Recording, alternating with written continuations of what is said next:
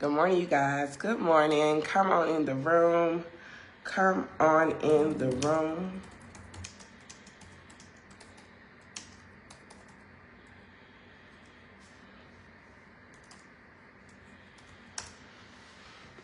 Hey, you guys. Good morning. Good morning. Good morning, and welcome to the Morning Pour. It is Thankful Thursday, and I'm so thankful and grateful to be here on today to be able to share and pour into you guys on this morning. Super excited as always to give what God has given me to give. Good morning, Gail. Thank you so much for joining, Gail Collins. Good morning, you guys. As you hop on, don't forget to let me know what you guys are grateful and thankful for in the comments, and let me know where you guys are tuning in from. My name is Cheryl Mazik, you guys, and I am the CEO and creator of Ladies of Faith Over Fear, where we help women to heal from trauma from the inside out with workbooks, online courses, events, experiences, challenges, and amazing health and wellness, all natural products, which are the products that I use to lose 50 pounds all naturally, right? By using the products and having a lifestyle change. On this morning pour, I give you a daily dose of inspiration and motivation to get your day started, right? To help you have that push that you may need to go out there to the world and do what God has called you to do. And on today, you guys, we're going to talk about the subject of letting go of what is no longer serving you. Do you hear me? It is time to let go of what is no longer serving you. Okay, so when I got up this morning, I was like, Lord, what do I need to talk about? I went to ChatGTP to see if he can give me he, she, whatever it is that's behind ChatGTP, to see if they can give me a topic to talk about. And they gave me a topic, but Holy Spirit gave me this topic, right? It's time to let go of what is no longer serving you. Far too often we carry along the things that's no longer serving us. You know, I'm in the process of rebuilding my home because it was affected by water, right? So our home was flooded. And so as I'm going through these old things, I realized that I have some stuff that was in my closet, right? Like some mail, some papers, some old things from like 2009, 2015, 2019, stuff that I don't need, right? And I ended up having a lot of papers in my closet because when we moved in 2015, I never went through the stuff that we had then. I just put it in a bag, right? Like the bag lady, and carried it to the new house and just left it in the closet. And so those papers, I no longer need it. And so now it's time to let that stuff go, to throw it in the trash. That's just an example, right? So we hold on to things that we no longer need. Good morning, Connie. Thank you so much for joining. I appreciate you guys joining. As you join in, let me know where you guys are tuning in from and what you are thankful and grateful for. That's one example, right? Then also the clothes. I had a lot of clothes in my closet, okay? Yeah, as y'all know, I've lost 50 pounds. And some of them clothes, I'm like, I don't need them. I'm not going back. That is a promise. I am not going back to the old Cheryl with all of the weight, all of the depression that came with it, all of the trauma that came with it. I'm continuing to let that go. But I want to hold on to the clothes, right? Because I like them, because they were cute, right? I'm thinking maybe I can get a seamstress to redo them to where they can fit my current size, or once I get to my final destination. So you know what? I said, they going in the pile to give away. I no longer need those clothes. They're no longer serving me in this season of my life, okay? And so we like to hold on to them. We like to be hoarders of things, okay? Who can be a hoarder, right? There are different type of hoarders. You might not be a hoarder that has stuff all over your house, but you may be a hoarder to certain things. I'm a semi-hoarder when it comes to mail, right? I keep the mail. Sometimes I go through it, sometimes I don't, but I just hold on to it. For what? What am I holding on to it for? And so sometimes we do stuff that we pick up indirectly from our childhood. And that's one of the things that I noticed that I picked up indirectly from my mother. My mother had papers and mail. She was not a hoarder at all, but she did have mail that she had in certain areas that she held on to. When she passed, and not just that, like old pay stubs and, stuff that she thought would be of importance, she kept that stuff for a long time, y'all. When she passed away in 2021, it was 4 big bags of paper. To this day, I still haven't went through. But some of the stuff that I went through was pay stubs from 1983, y'all. pay stubs from 1983. What good was that going to do her in 2021 when she passed away? Nothing. And so sometimes we keep things because we think that's what is best for us or that we're going to need it in the long run. But we got to be willing to let those things go. How many people are holding on to jobs that they should have been let go? How many people are holding on to relationships that they should have been let go? How many people are holding on to vehicles that they should have been let go? When it comes to relationships, y'all, I've learned to let go and let God. If that person is not the person for you, right, then let that person go. But if it is the person for you, God will work that thing out and allow that thing to work out for you guys to come back and be something different. But if it's not, let it go. There's a Bible verse I wanted to reference to you guys. And that Bible verse is Matthew 9:17. It said, neither do people pour new wine into old wineskins. If they do, the skins will burst. The wine will run out and the wineskins will be ruined. No, they pour new wine into new wineskins and both are preserved. Like you can't go into new places with an old mindset. Did you hear that? Because if you go into the old place, the new place with the old mindset, it's not going to work.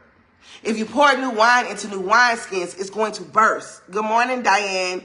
Good morning, Marcy. Good morning, Vincent. Good morning, Vaughn. Thank you guys for joining on this morning. You have to understand that sometimes you got to let go and let God. I'm going to give you guys two stories, right? So I have a really, really good friend of mine, and she had a vehicle, and that vehicle was paid for. That vehicle meant something to her. It had a heartstring attached to it, right? And the vehicle was something that she purchased on her own as one of her big accomplishments years ago, right? And so the vehicle started to disintegrate. It started to, every time you look around, every week something was going wrong with the vehicle. And so she would fix it up. She would do whatever needs to be done for the vehicle. If it's the brakes need to be fixed, she fixed the brakes. If it was something going on the outside, a paint job need to be done, she would get a paint job. She doing all of this work and putting all of this money into an old vehicle that's tearing apart.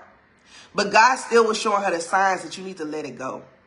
You need to let that vehicle go because I got something new for you. But guess what? She couldn't receive that newness until she was obedient to let that vehicle go. Even though it meant so much to her, right? It meant the world to her. She cherished it. She took care of it. She honored God because he allowed her to be able to get the vehicle. But she didn't want to let it go. Until one day, somebody that she know, love, and care about told her, baby, it's time to let it go. And she listened. God had been telling her, release it. But it took somebody else to tell her, it's time to let it go.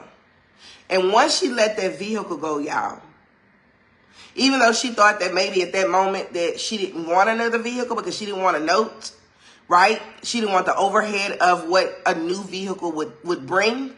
But baby, God paid that thing off. God gave her the new vehicle. God allowed her to be able to experience the newness because she let go of what no longer was serving her, the old car. The old car was no longer serving her, and so she let it go. And when she took the steps to release it, right, to let the old wineskins go, she was able to get the new wineskin with the new car and experience something new. And that was the trickle of the beginning of new things starting to happen into her life because she let things go. She didn't hold on to that car no longer because it was no longer serving her. Yeah, we have to understand that if we want to go to new places, we got to be able to release old things. Sometimes we got to release old people that's in our life. Sometimes people are holding you back and holding you down because they don't want to see you go to the next level. They're not on the same mindset as you, right? You might have an entrepreneur mindset and they may not. And they don't understand when you're talking business. They don't understand when you're talking prosperity. They don't understand when you're talking about wealth. They don't understand when you're talking about creation, being creativity, right? They don't understand that because that's not where they are. And just because you lead people in a season doesn't mean that you're leaving them for lifetime.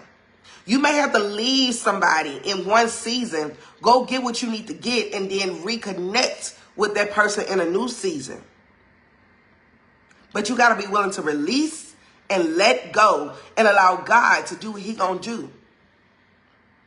So I don't know who needs to hear this, but it is time for you to let go of what is no longer serving you, okay? Let it go. And I got one last example for you guys, right? Everybody knows Steve Harvey, right? I love the story where he talks about he had a raggedy car. I don't know why every example this morning is pretty much about cars. But he had a car. And so he used to live with his parents, right? And so the car was on those cement pillars. You know how you can have something on a cement pillar? But he had the cement pillar, the car's on the cement pillar in front of his parents' home. Okay? And he kept talking about he was getting this new car, right? I'm getting this new car, right? He kept telling his mom, I'm getting a new car. I'm about to get a new car. That new car going to be right there in that driveway, right? And so he went some time, and every time he saw his mom, he would say, I'm getting a new car. And so one day his mother said, how you going to get a new car? Where you going to put it at? That thing's still sitting in the driveway, right? That broken down car is still sitting in the driveway. So where is the new car going to go? Okay? So mom said that he went in one ear, went out the other ear. But he went on and on and on and kept saying the same thing, I'm getting a new car. Until one day it kicked in that what his mama was saying, it made sense into what he was going to experience with the new car. And so one day he had the car hauled off. He cleaned up the side of the driveway where the oil that was on the driveway, he cleaned that up. He moved the cement pillars out of the way. And I think it was like 2 weeks later, don't quote me, I might be wrong on the time frame. But a little time later, he eventually had the new car in the driveway. And why was that? Because he made room for the new car. He was able to release the old car that was no longer serving him. He had to release the broken down car that no longer gave him value anymore, that no longer brought the service that he needed in his life from the vehicle, and he was able to experience and welcome on a new car. And he made room for it, right? So it wasn't enough room for the old car and the new car, but he had to let go of the old car to get the new car. So whoever is holding on to something, whether you're holding on to the piece of job, whether you're holding on to the piece of relationship, whether you're holding on to the piece of career or business that you may be having, you may be in a business, right? And these are my network marketers, right? You may be in a business that you've been in a long time. You love the people. You used to love the products. The products may be changing. The comp plan may be changing. But you love it because it's something that you've been doing for a long time. But God is telling you it's time to go to something new. But you don't do it because you're stuck in the old thing. It's time to let it go. Pray and ask God to send the right business for you. Pray and ask God to send the right leaders for you. Pray and ask God to send the right community for you so that you can now grow. But you got to let that thing go. We don't let things go because we're scared of the unknown. We don't know what's going to happen. But sometimes you got to walk in that unknown season with bold faith, knowing that God is going to work that thing out. It may look crazy in the moment, right? You may be uncertain in the moment, because what things may look like, but you know God got you. And you can walk boldly and confidently knowing that everything is going to be okay because God is your provider. God is your source. And he will provide a new thing for you in that area where you need newness. But you got to be willing to trust God. You got to be willing to let go and trust God and do what God tells you to do. Just like in this season of doing these lives. So it's been 3 weeks now, right? And so I get on here. I pour. I give. Sometimes I have active people watching. Sometimes I don't. But that doesn't stop me from doing what God has called me to do and told me to do in this season. This is a season to pour and give back to those that need to be encouraged. And I don't want to block my blessing, right? Because I want to be in my feelings, right? And be disobedient to God by not doing what he told me to do because I don't see the results immediately that I desire to see. See, we live in a microwave society these days. We want things to happen now, and now. Not knowing that there is a process for everything. We have to be willing to go through the process. We have to be willing to show up when nobody else shows up. We have to be willing to move. When God say move, we have to be willing to move, no matter what it looks like. That's what obedience looks like. Obedience is not based off your feelings. It's just not. Because if obedience was based off my feelings, I'd be like, screw this, screw that. I'm not doing it. But obedience will make you look stupid sometimes. Because if God tells you to do a thing, and to people, they like, oh, what is she doing, man? I wouldn't do this. I wouldn't do that. Man, she's stupid. I don't care what people say about me. And that's what you guys have to get to a point of. Not caring about the opinions of other people, but be truly submissive to God and only care about what it is that God is telling you to do and what God think about what you're doing. I'm not worried about what people say. People talk all the time. They're going to always talk about you. Whether you're doing something good, whether you're doing something bad, whether you're being obedient to God, whether you're just out here in the world just doing what you want to do, people are always going to talk. Give them something to talk about.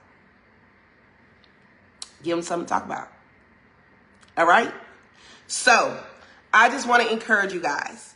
Whoever it is that may be holding on to something that is no longer serving you, it's time to let it go. It's time to let go of the things that are no longer serving you. Walk into newness. Pray and ask God to give you clarity. Pray and ask God to give you guidance. Pray and ask God to order your steps.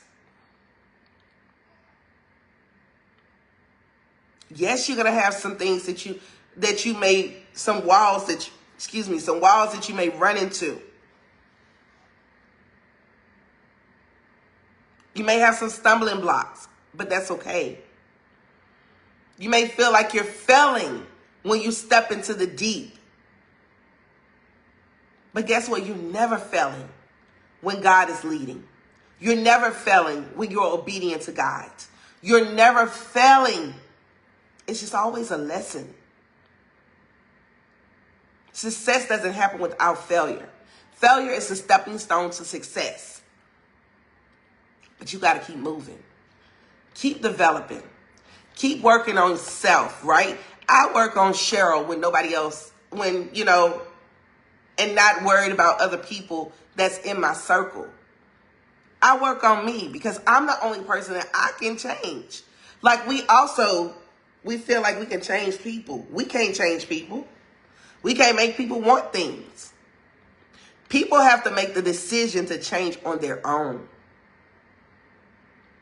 People have to make the decision to say, okay, look, I'm tired of being in the same place. I'm tired of hitting this brick wall. I'm tired. And when you get in that place, you have to truly go to God and say, okay, God, I'm tired of running. I'm tired of trying to figure things out on my own. I'm tired of being in a place of going, in circles, and every time you look around, I'm going in the same circle. I'm trying to do something different, but it still ended up at the same place, right? Because what? Your mindset hadn't changed and your action hadn't changed. When your mindset change and your action change and you do something different, then you are bound to get a different result. But it starts with working on self. Taking accountability and working on self, right? Healing from within. And you'll see newness. So I just want to encourage you guys to know that if God wake you up, he ain't through with you yet. And this is the season of going into new things.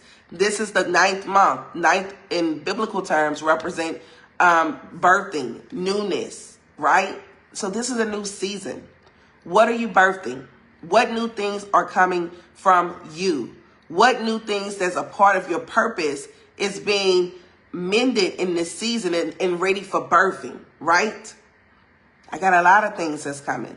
But I'm not going to tell you guys until those things are actually at the point to be released, right? At that 10 centimeter and ready to push. Because sometimes we release things too early. And we tell the enemy what we're doing. And the enemy tries to stop it. So I just want to encourage you guys to know that this is a season of newness. This is a season of walking in what God has called you to walk in. This is a season. Thank you so much for joining, Miss Verna Bradley. Thank you so much for joining, Miss Scotcher. I know I'm butchering your name, hon. Thank you so much for joining. But this is a season, you guys, of letting go of what is no longer serving you and walking into a new season. All right?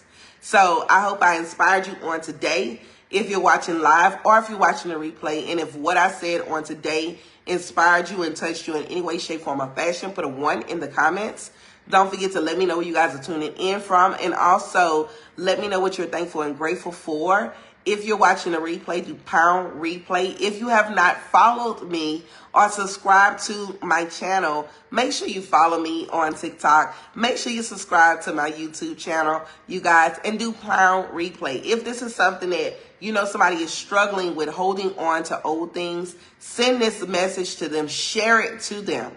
Somebody needs that extra push to know that it's the season and it's the time to let go of that thing so that you can walk into newness. All right? So I love you guys. I look forward to being back on tomorrow. If God says the same, that I will be back on tomorrow morning at 7 o'clock a.m. Central Standard Time. Same time, same place. Okay, Pittsburgh. Great for my health and my family.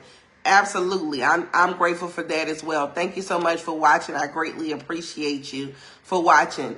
If you just joined, I will be tagging the replay onto my YouTube channel. You can go to the link in my bio and find my YouTube channel. It's on my what is it called? My podcast. It's YouTube. My podcast is on my YouTube.